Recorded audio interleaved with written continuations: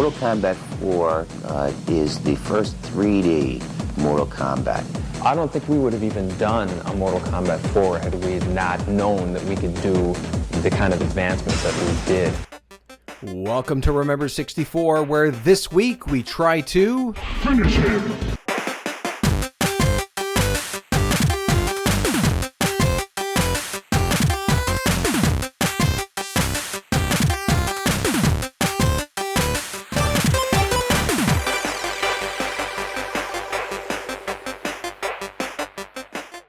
Welcome to the show, everyone. My name is David Petrangelo, and excuse me while I take a step to the left, then one to the right, then uppercut you. Okay, thank you very much. Now one more side step to the right. Bam! Right in the kisser. Yeah, that's just a vague quip for our level 25 game, Mortal Kombat 4. As always, Remember 64 is a proud member of the Tokyo Beat Podcast Network. You can find this show and many others on the network itself. Now this week, Danny from Retro Wars is back with us. You may have heard his last game that we played together on level 22 of the show, so go check that out if you haven't already. He'll be joining momentarily to talk about Mortal Kombat 4. Before that, though, patreon.com/remember64show, where you can get all these episodes days, sometimes weeks early, and also help us shape the show going forward, picking games that we will be playing in the future. As well, you can see some video content that's going up early before it hits our YouTube page. And Remember 64 now has a YouTube page. You can check out 2-minute reviews on there, and that'll be just short snippets of the games themselves that we've been playing on the show so far. And if any of that does not interest you, please do give us a rating on your podcast app of choice. Apple and Spotify specifically go the furthest. Really, all that is to, one, let us know what you think of the show, and two, more people will have an opportunity to find us if we start jumping up the ratings charts. Okay, let's bust out the history books, everyone. I'm learning. It's time to head back to June of 1998. During the development of Mortal Kombat 4, creator Ed Boon commented that the team behind the franchise was now twice the size of its original roster, needing more hands on deck to create a 3D space and world. Some of those people who came on board worked on another 3D fighter for the N64 called War Gods, a title also made by Midway. Now, the Nintendo 64 version of this game was a port of the arcade and brought to life by the company called Eurocom. You'll hear us talk about it in just a moment, but the port largely feels successful, even if the game itself isn't all that great. Unique to the console ports for the 64 and PlayStation were a third set of alternate outfits, an ice pit stage, and sadly for the N64, they also had to reduce the polygon count to fit onto the cartridge. Yes, this is something you've heard me talk about before. It's yet another example of the limitations of this hardware. Now, earlier Mortal Kombat games famously used real actors to replicate the movements that you see within the game. You can find countless videos of these online now, showing behind-the-scenes footage of these scans, tests, and creations. It's all super retro, early to mid-90s, and honestly, really cool to watch, so go seek those out. But now, that process wasn't needed in the same way, as Midway could recreate these movements and character models within the engine they used itself. Now, for movements and textures, some of them were still used, but largely the fighters were made from scratch. Ed Boon himself was concerned about the move to 3D for the franchise, and that it would create a slower and less dynamic experience. Ed Boon himself was concerned about this move to 3D, and that it might create a slower and less dynamic experience for Mortal Kombat. So, he was one of several people that went back to the drawing board, so to speak, and performed some of the fighting moves that were programmed and brought into MK4. Midway eventually brought the game on the road across the United States, at least, in 35 different stops. They showed off 9 different characters, including one who became a hidden fighter on PlayStation and N64, Noob Saibot. The arcade version of Mortal Kombat 4 was released in September of '97 in North America. Later that year in Europe, the game was ported to PlayStation, N64, and Windows in June of 1998, and a more polished and honestly better version of the game titled Mortal Kombat Gold was also released exclusively for the Dreamcast a few years later. Alright, we're going to talk about the game itself and our experience playing it back in the day and playing it now and revisiting it. Now, Danny was nice enough to have me on Retro Wars for this discussion. The discussion you're about to hear is a recording that we had for his show on Retro Wars. So it is something that you hear on both shows, but I do want to make sure that I say thank you to Danny up front for allowing me to use the same discussion so we don't have to talk about this game twice, to be honest, but also just another chance for us to cross paths and be able to continue talking about video games and retro video games. But do make sure you check out Retro Wars. They don't just talk about N64 games like I am doing on this show. Talk about a whole wide variety of games, from RPGs like Final Fantasy to stuff like Pokemon and fighting games and everything else in between. A whole bunch of different consoles and experiences. So check out their show there. But without further ado, enough of me yapping. Let's get Danny on, let's get myself on his show, and let's talk about Mortal Kombat 4. Remember 64 is proud and happy to be a part of the Tokyo Beat Podcast Network. In a world of podcasts, only 3 men are willing. Well, dude, what are you doing, James? You told me to do the promo for the podcast, right? That's what we're doing.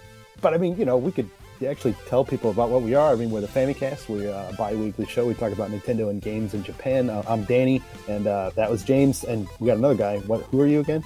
I'm the saboteur. I'm the henchman. I'm the interloper.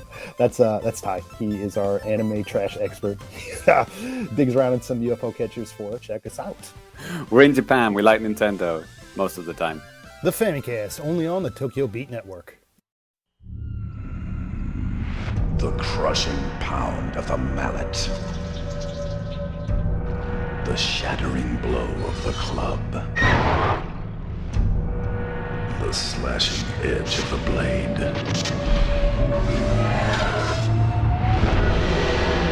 They call to you. Making the debut to the show is David Petrangelo from Remember 64 podcast. How are you, sir? I am very good, man. I'm very good. I'm really happy to be on your show, as you previously made your debut on Remember 64 not too long ago as well. This is really exciting. Yes, because I came on your show and I thought your voice was very sexy, and I thought, well, this is a sexy voice. This will work very well with me. And we had a good conversation about going on.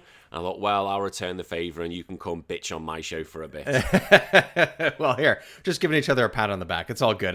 You know what? I'm like I've mentioned in the episode as well of our show of Remember 64. I'm happy to play games that are just like off my radar, and not that this game in particular is, but Goemon really was, and I'm glad that we got a chance to play that and be able to sort of record something together and have an experience like that, because now we can do something like this and just high fives all around. This is great.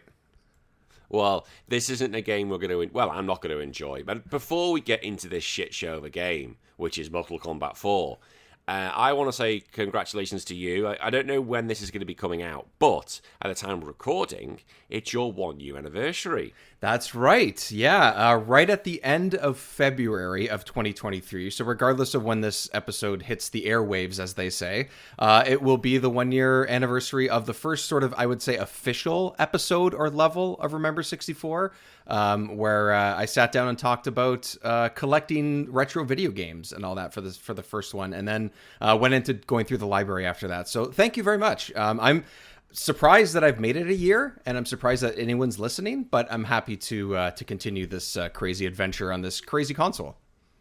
It's great, isn't it? And you're now learning about this game, which I brought to you. Yes. Which was Mortal Kombat 4. Yes. Do you have experience with this game previously? I do have experience with this game, because right. I love me a fighting game. I really do. And I saw, because this is the time when 3D fighters was starting to become the thing. Yeah. And I had to get my mummy to help rent this game because it's an 18. Yep. I wasn't 18 when it came out. I think it was 97, 98, so I would have been about 12 when this game came out. They're like, Mummy, I need you to rent this game for me, please. It has blood in it. Can I play it? It has blood in it, people exploding. And she did. She didn't even question it. She went, Nice. Okay, son, I love you. And she just got it for me. I was like, okay, Mum, you have no sense of parental responsibility here at all. You're not even checking, are you? Not even checking? No, just get a... No, you've obviously not read about how dangerous this game is. No. Yeah. You wanted it. Didn't you hear about how dangerous it was and how the blood was taken away for the first one when it went to the Nintendo console? Come on. There's a history here. Yeah. Oh, my mother probably just having a few smokes. That's what she was doing. Now, did you ever play this game, or did you play it recently for this show? Well, I definitely replayed it over the last couple of weeks. But, picked some fights, so to speak, here and there. But as far as the Mortal Kombat goes in general, for the most part, my experience comes from the earlier games and the more recent ones. So this one is somewhere in the middle, the sort of late 90s, semi 3D plane. I had some experience, but I honestly don't remember if it was with this one or the one right after it. So mostly the strictly 2D experiences. Not that this is drastically in a 3D world, so to speak, but this one's probably the one that I played, one of the ones that I played the least out of the entire series as I was growing up before I revisited over the last couple weeks. Yeah, it definitely was for me. And this was one of the ones that I didn't play the most. I rented it once, and that was the end for me. And I didn't then come back to Mortal Kombat until 9, 10, 11. Yeah, you know what? Mine's probably about the same, honestly. Like, when they started to really, like... I know I played the one... I think it's like Mortal Kombat versus DC or something, which came out like maybe 4 or 5 years after this one, something like that. Anyways, I remember playing that because like, oh, that's a cool concept. It's kind of like Marvel versus Capcom, but two different, franchises headbutting. And I remember having fun with that, but that was sort of the start of the new type of Mortal Kombat, I would say, that has come out in the last little while. And like 10, 11, those ones, they're really good games. I mean, hard to compare those to this, but yeah, those games are awesome. So yeah, so 4 is probably, I mean, I know I probably did the same thing where I rented it a few times at the most, or at least a friend did anyway, regardless of that, or it was arcades maybe that I played some and stuff. But like the main thing that stands out to me at this game of my memory of it is honestly the cover art with Goro on the front. That's what I remember the most. He's on the front and you can't even play him?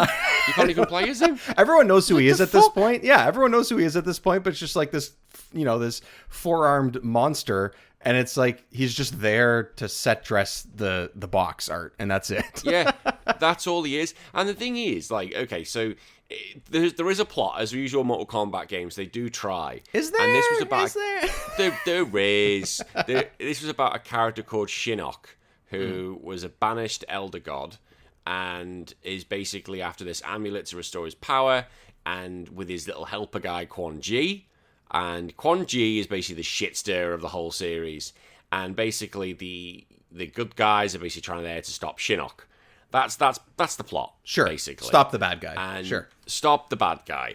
Now, the thing is, so there's a lot of new characters. So there were 15 characters to choose from, and a lot of them were brand new. Yeah.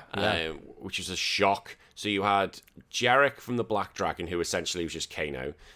Kai, who was a Shaolin monk. Quan Chi, who is pretty cool. Yeah. Reiko, who's a general. I liked him. Shinnok, and Tanya, who was like this woman from Medina. And the problem I had with that was that not many of them were likable. And they do it. And Shinnok being a character from the off, I was like, hang on, that kind of makes you devalues you a little bit as the big antagonist. Right. When you can't use Goro, and Shao Kahn wasn't available in Mortal Kombat 2. So why is Shinnok available from the off? Should be a secret character at least. Yeah. Yeah, no, I hear you with that for sure. I think I'm trying to find which character it was here. Is it Fujin? Fujin, he's the wind god. The wind god, yeah. So what's funny, I was like, I don't recognize this guy at all, and he is one of the new ones. He sort of broke my brain a little bit. I'm like, where have I seen this guy before? And it's and I looked it up after I was playing it, in the Mortal Kombat Mythologies Sub-Zero game, which was out for the 64 and for PlayStation.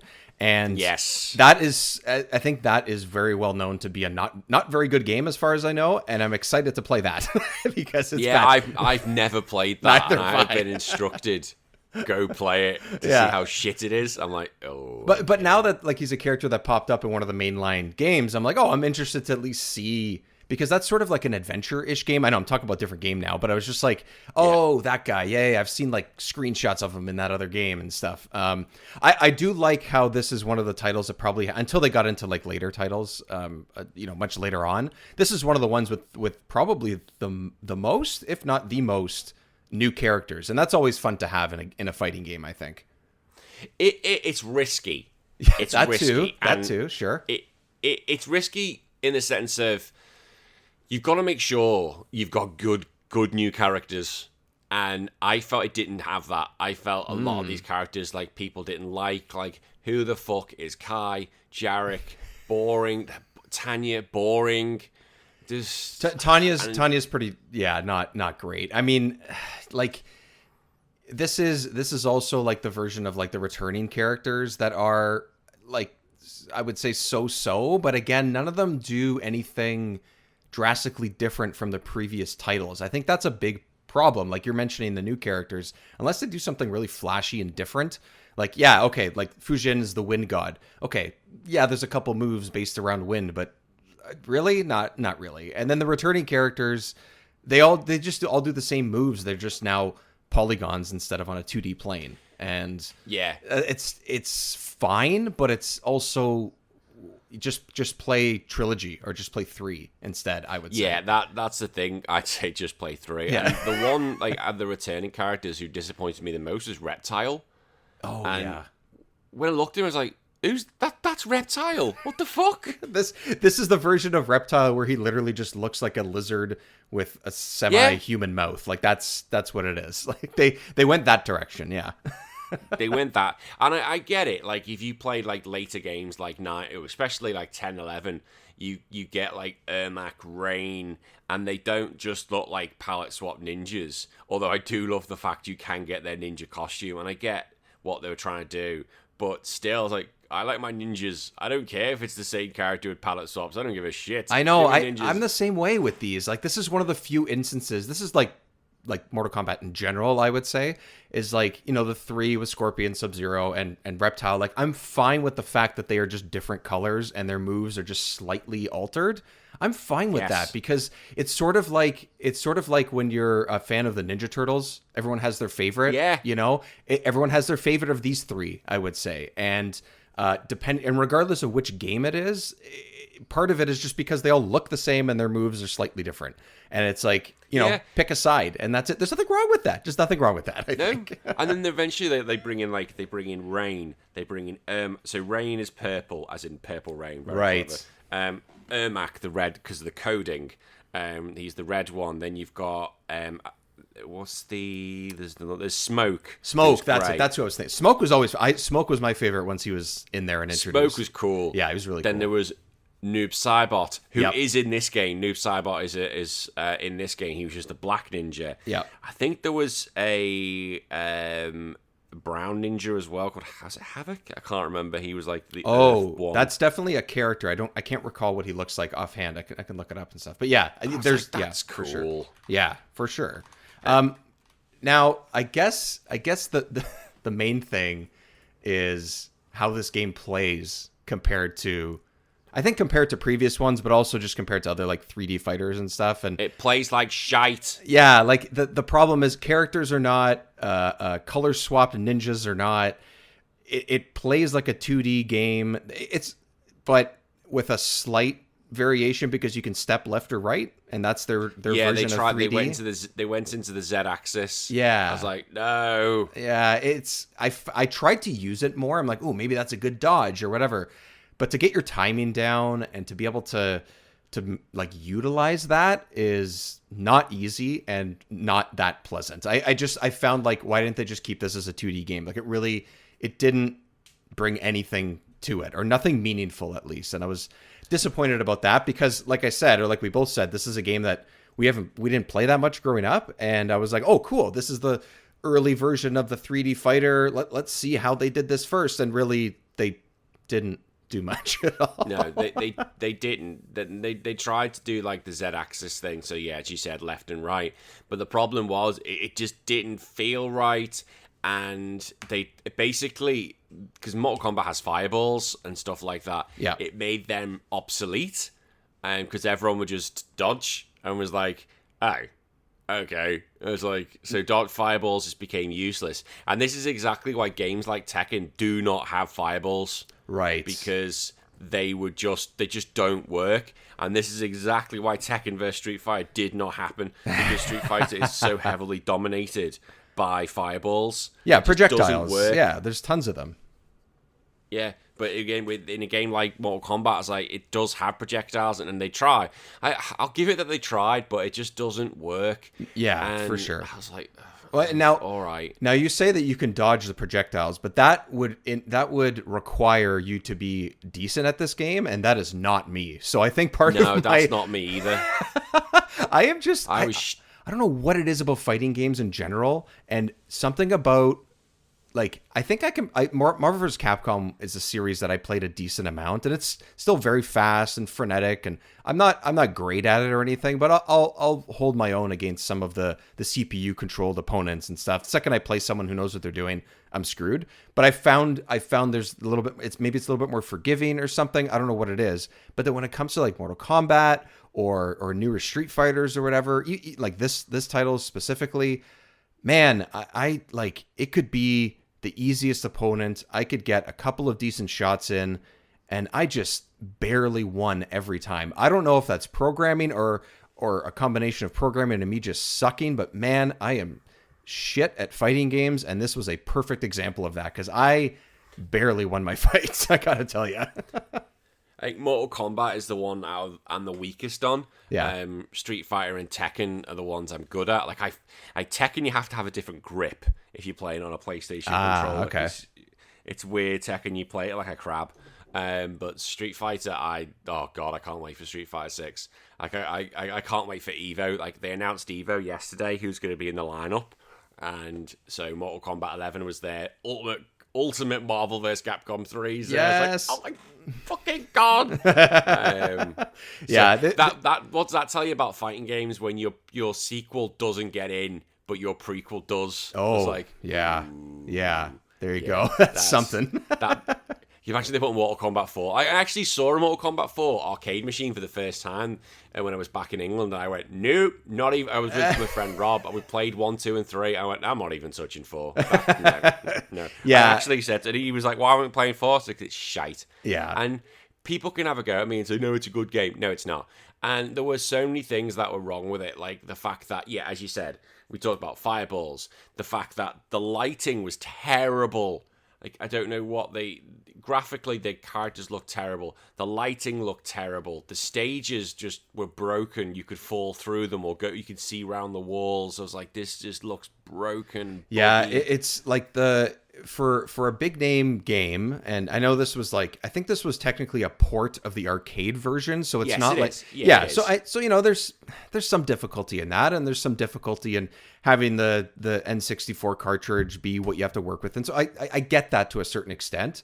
But yeah, I noticed like when you're trying to flip the camera around, or like when you're sort of taking your side steps and stuff, you like the background sort of clip a little bit, or your character looks like he's maybe off a bit or whatever. I was fine with the character models, like the way that their bodies looked and everything, like the sort of representation that they had. But there was just nothing else to it that I was like, wow, this looks like a great game. It's still somewhat early in the console, and it is a port, so I forgive it a little bit, but I feel like they definitely could have had a little bit more fidelity to like the stages, because like with most of the fighting games and with some of the Mortal Kombat games, the stages are interesting. They're supposed to be crazy and all over the place and sort of like super unrealistic and over the top, and only a couple of them felt that way in this game to me. And mind you, I played a lot of the same ones over and over because I wasn't very good and didn't get very far. But I also would have appreciated a little bit more, like, I don't know, fire in the background or some sort of objects falling from in the back or whatever. Like just something simple, to just add more depth to it. And the stages just didn't really have that. So I don't know. No, they didn't. And it wasn't until you got MK Gold, which was the Dreamcast version. They basically made it was the arcade version, and you got extra fighters as well. But that came too late because this is now an N64 game, PlayStation game on a Dreamcast. Right. And you're like, oh, there are so much more better games available. It's like 3, 4, 5 years later. Like it's just not the right timing and everything. And the other thing too is part of the gameplay part of this, I forgot to mention this a few minutes ago, is that like I noticed there's certain moves that, because I'm used to playing the older ones, like 1 and 2 especially, uppercuts used to be like the move, you know, like that's, oh yeah, like Mortal Kombat's almost known for the uppercut and how like intense it feels and how much damage it does. They do nothing in this game. I don't know if it's just this one, but because it felt like an older game, I was like, oh, I'm going to try the uppercut a few times and, you know, get a few cheap shots in if I have to. And I was like, this is doing nothing. Like, what's the point? No. I got nothing out of it. They tried to do more combo-based and get you really into combos. And, like, I was shit when it comes to Mortal Kombat combos. But the problem is, I don't know if you know, there was a damage cap. Yes. It's like, I've never seen that in a video game ever. Like, basically, once you get to 40% of your health, or a base of their health, in one combo, it stops. And I've never seen that ever. Doesn't matter if you hit them a million times, it will cap at 40. I said, I have never, ever seen that and never will see it again. It's like, that's a stupid feature. It's I guess it's this quote-unquote easier way of trying to balance things, I guess, in a way. Yeah. And I think maybe that's you're right. I think maybe that has something to do with the uppercut part as well, right? Because only certain moves will do a certain percentage. It's like, oh, you got a great combo. It's like 4 hits and it does 4%. I'm like, well, was it great, or was it just kind of cool because you told me it was cool? Like, what? I don't know. I think the problem they had was, like, if you play old Mortal Kombat games, like, any move, like a punch, does so much damage so quickly. Yeah. And they were like, right, okay, we need to find a way to make these fights last a bit longer. And so that was probably their way of doing it. But you could still do, like, insane amounts of damage. Like, there were rocks, like, sometimes on the floor. You could throw them as projectiles. Yep. Just obviously, big boulders mean nothing to humans and people. And you could... the strength needed to, like, these boulders are like world's strongest men boulders, and they just pick them up like they're basically cotton candy. Yeah, cotton candy. There were the weapons introduced. Fuck the weapons! Yeah, so as far as I know, this is the first one that had weapons, and it's pretty limited. I forgot that it had it, and I think it was maybe like my 3rd or 4th match in total when I picked this back up a couple weeks ago, and I did the pick up your weapon combo or whatever it is that you need to pull out your weapon by accident, and I was like, whoa, oh snap, oh okay, what do I do? And then I got hit and dropped it. I'm like, oh shit. yeah, you're like, oh. But here's the thing, it's like, oh, Scorpion, I'm just gonna whip out this axe out of my pocket. It's like, oh bullshit. All right, Hermione. All right, you just whip something out. Well, I feel like that's a you problem because now you're looking for realism in Mortal Kombat. Come on. Well, I am. I look for my games. I look at the Quan Chi. One of his fatalities is ripping off someone's leg and beating it to death. Yes, I like that. Yeah. I like the very interesting. But I like my sense of realism in these things. And yes, to just be able. But that's the thing, you can pull our sword out of nothing and then drop it. So now you can see how big this object is. That was apparently in your pocket. I was like, that is bullshit. Someone has Hermione pockets. I like my realism, thank you very much. Man, it was the late 90s, early 2000s era. Everyone had cargo pants, even if it didn't look like it. So I think that's probably where the sword and the axes were being stowed. So Definitely. And the thing is, like, you were saying earlier, like, it struggles a little bit, but there are things which do make it quite funny. Like, it had voice acting in, and some of the endings were absolutely hilarious. Oh, yeah. My God. Like, I watched Jarek's ending, and it was hilarious. Like, basically, he ends up...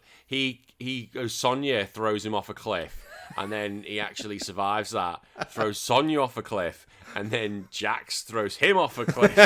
So I watched this one too. I didn't get to, like, I didn't experience it myself, but I definitely looked a couple up. This is 100% the one that stood out to me. It's great. It's the way, like, Jarek gets thrown off a cliff. He's like, blah, blah, blah, blah, and then all of a sudden, he's like, literally, he gets thrown off by Sonya, and then literally hear the sound going, blah, blah, blah, and then does the ultimate Heihachi Spider-Man so quick to throw her back. I'm like, bullshit. He was definitely about 30, 40 feet down. Oh, easily. Easily, but he somehow Spider-Man'd his way back up there in record time to throw her back. Where was that move when you were fighting? Yeah, where was the Spider-Man move? And then literally gets up like, Oh, that was it, yeah, because in his ending, he just goes, and walks off like, I've done it. But then if you pick Jax's ending, you see Jax turn up and go, hey, Jarek, the fuck cunt. And then he just throws him off as well. He said, no, you're meant to be, you got, this is police brutality. He's like, no, this isn't police brutality, it's a fatality. It's like, yes. Are you okay? So you mentioned fatality. It just reminds me, like, obviously Mortal Kombat is known for their over the top stuff and all that. Are you someone who can pull off fatalities like that? It's not, never mind, like, do you like them or not in this? Because I think most of them are decent. I looked a few up and got a couple against me, but I cannot for the life of me pull these things off. I don't know if it's the controller. I don't know what it is, but yeah, like, just in general, I'm not great at doing them, but I definitely couldn't do it in this game myself. So I had to look them all up and then lose a couple fights and get a couple fatalities against me. So, as a kid, you can't pull it off I either. could never do them. Yeah. No, as a kid, I couldn't do them. And I didn't know how. And it wasn't until myself and Raging Demon covered Mortal Kombat 2. Right. And went back onto Fightcade. And fucking I love Fightcade. Oh, Fightcade. And I start to play. We played a bit of Mortal Kombat 2. And I managed to work out, that's how you do it. I was like, yay, fatality. But then I realised how brutally hard that game was. I went, nope. Yeah. No. I should have actually... I don't know if this is on Fightcade 2. I should have I should have gone for a dig to see if I don't think it is. And all the 3D fighters are on there, but I would have given this a go. Now the thing is, I don't like how this game looks. I know it's got its fatalities, but it just doesn't feel as fluid. The combos don't feel as fluid. The blood looks silly, and I saw that back in the day, this game got really good reviews. I did. I looked up some reviews too. I was like, wait a second, why is this getting like I can't remember which. There was maybe a couple. Sorry, I cut you off, but I was like, I don't understand how some of these reviews said, oh, this is the best fighting game for the console. I know it's early in the console, but there's no way that this is the only like top-notch one for the 64 at this time. I find that hard to believe. Well, this is the thing. And because it did come off the PlayStation as well, but right. I was trying to think. I was like, oh, okay, hang on. This is not too long into the console's life. I said, surely there were other fighting games. And because people say, oh, as you said, it's an arcade port, so I'll give it some leeway. And here's where I'm going to say to a lot of its things, to it being an arcade port, to being how it looks, to having new characters. And all I ever say to that is Tekken 3. Because Fair Tekken enough. 3 came out roughly the same time on both arcade and on console. And Tekken 3 holds up today. Tekken 3 came out the same year, so there's that. It's very, very close together. So in North America, at least, it came out before this game did. Earlier in the year, Yeah, Tekken exactly. 3. Tekken 3 is one of the only tell you? Tekken titles that I actually played. I'm not a huge Tekken person, but I'm also not just a generally huge fighting game person. But yeah, you're right. It's a perfect point to make, because it's like, well, it's clear that this can get done and better. Correct. Correct. I think MK tried that Z-axis thing, and that's what messed them up. And I know that people can say, and they will, that when they first started making this project, that the 3D things weren't made, they were still there. But we've seen it. There was Tekken 1, Tekken 2 had already been out. Virtual Fighter 1 and 2 had already been out. Mm-hmm. So there was stuff there for groundwork to work on. And I won't hear an argument. I will not hear an argument that to say that, oh, it was, the arcade port and, oh, it should look like this. It's like, no, fuck it. Tekken 3 came out and Tekken 3 was perfect. Tekken 3 had a bunch of new characters because it was a time skip, but all those new characters were so interesting and cool, whereas Tekken 4, so Mortal Kombat 4s were boring and shite. Yeah, it's they're not varied enough, and there's not enough added here for this to justify like what would have been a full price game at the time. I mean, I know there's not like as much variety as far as like, oh, this game's $25 and this game's $50 like there is nowadays, but like I'd be disappointed if I went to the store and was like, the new Mortal Kombat, and this is what I got out of it for sure. I think I don't think it's a completely useless game, but it's definitely not. It's probably close to the bottom of these fighters for sure. sadly. Oh, 100%. Yeah. Like, I would honestly, they're trying so much stuff. Like, I want to use weapons. I want to use this. Well, if you want to use weapons, play Soul Edge. Yeah. Yeah. Or Soul Blade, whatever it's called. It's Play Soul that. Calibur.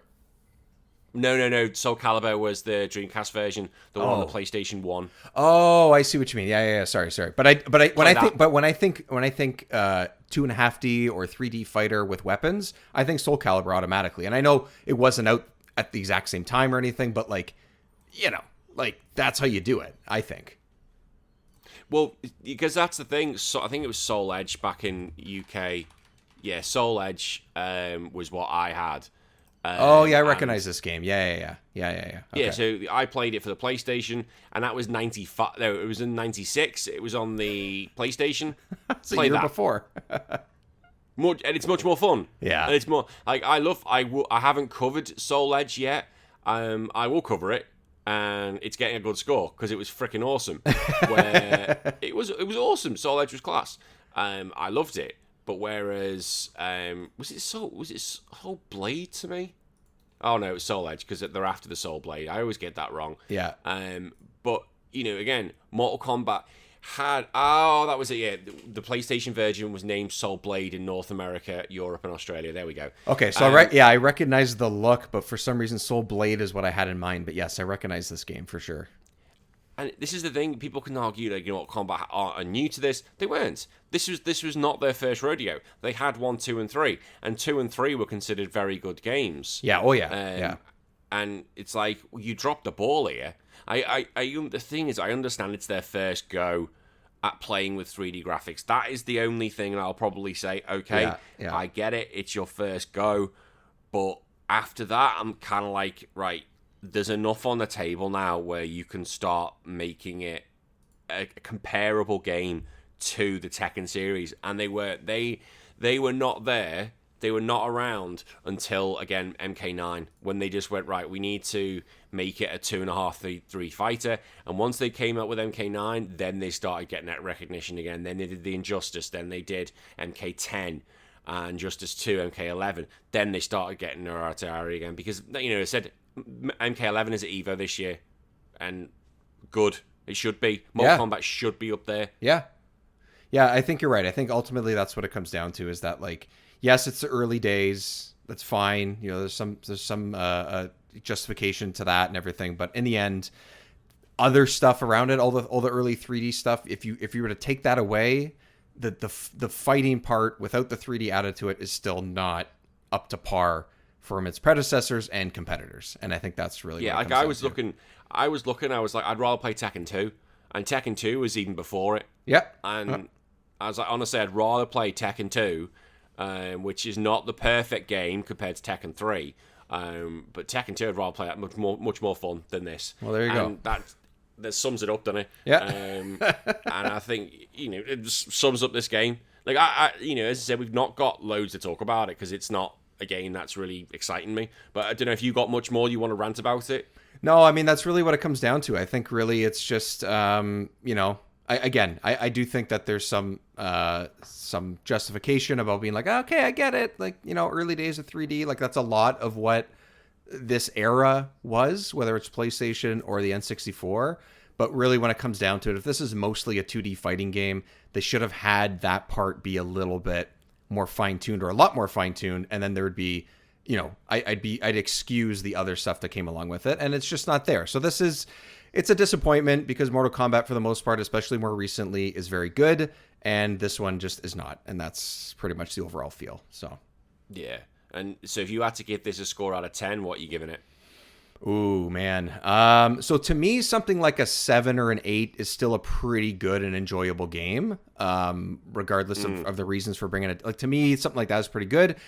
This is a 3 and a 4, I would say, something like that. Yeah, I'm giving it a 4. Yeah, that sounds about. Yeah. Let's give Mortal Kombat 4 a 4. I'm gonna stick with that one. Yeah, Mortal Kombat 4 gets a 4. Yeah. It's not the bouncer score. The bouncer was a 1. Nothing. I don't think anything. I think the bouncer will just be a 1 and nothing else will ever go near it. I think I'll even give Superman. I'll give Superman 64 a 2, just so I don't have to give the bouncer just bounces in its category of its own. But yeah, I'm going to give Mortal Kombat 4 a 4. I think they went down the wrong direction for a long time after this. And it wasn't until much later that, NetherRealm Studios, midway NetherRealm managed to sort themselves out. But yeah, sadly, this one was a bit shit. Yep, agreed. I'm with you. Yeah. So, David, thank you very much. I love how we go on your show and talk about a nice game, come on my show, talk about shit games. But as I always say, whenever I do these things, I can't just talk about bangers because you'd all be like, oh, he's giving 8s and 9s and 10s all the time. No, we've got to cover shit games. That's because there's plenty of them out there. Yeah, exactly. You gotta broaden the horizon and you gotta experience it all. I'm with you. You do. So, David, thank you very much for coming on. And as I said, anyone who wants to get and listen to David more, head over to Remember 64, wherever you get your podcasts. Very similar to my show. It's covering a new game every week. But, David, I want to have you on once again. But thank you very much for coming today. I am more than happy to be here and be here again. So, thanks very much, man.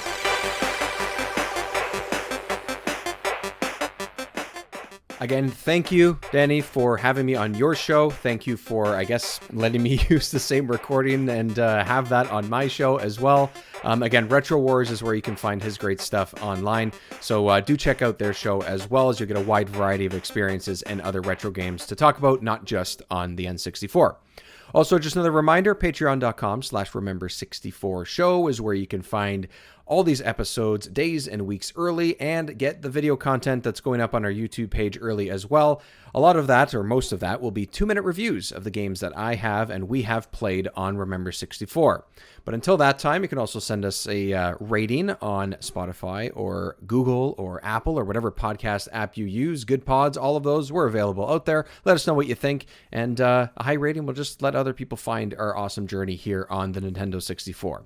But until next time, everybody, thank you so much for joining me once again, and we'll see you soon on Remember 64.